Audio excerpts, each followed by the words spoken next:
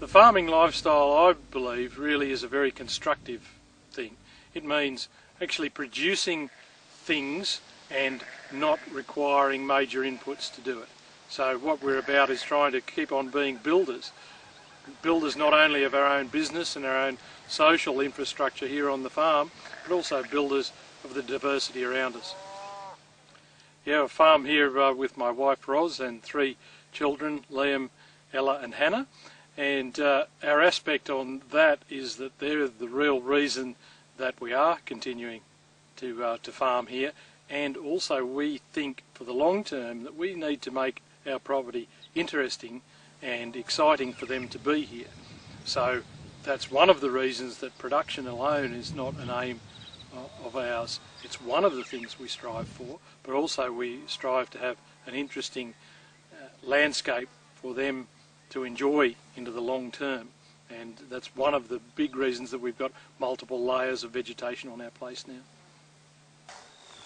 I'm a farmer mostly by choice nowadays. I probably fell into it even though I'm 4th generation, but the way we farm now is very different than we did in previous generations, mainly from the aspect that nowadays we're looking to try and reinstitute as much diversity as we can on the place, whereas the previous generations of my family that were here actually simplified things.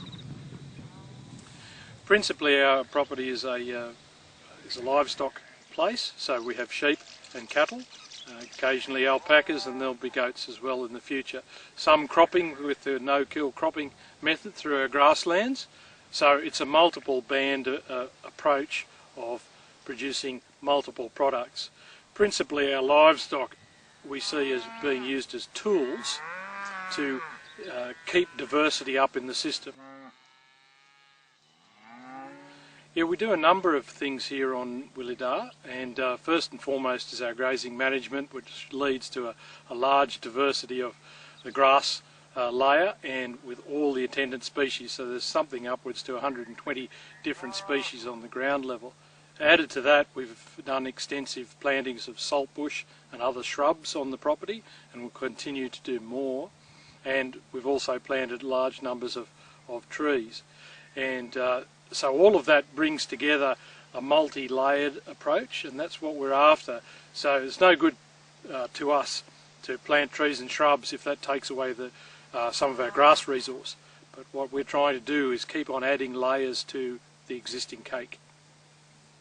We're now self-sufficient in power supplies on the place through the provision of solar power, but also we've hugely reduced our energy usage by changing our cropping from standard conventional and direct drill methods to a no-kill cropping format. Then that has meant that we've reduced our needs for fossil fuel energies by over 90%. That's really great, not only from the hip pocket, but also it means that we're taking on a little bit broader, if you like, responsibility.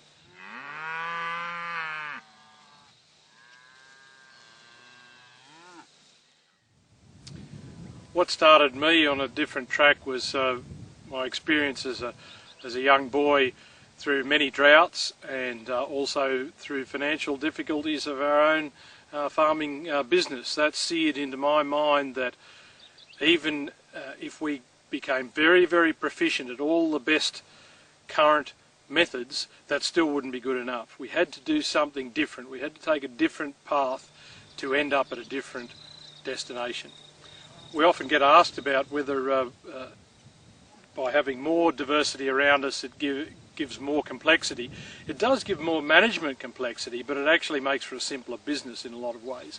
And that is by the fact that we're producing a farming model here that is more resilient to knocks, so you can go through good seasons and bad with a more consistent output, and also very, very importantly with reduced input of outside energies.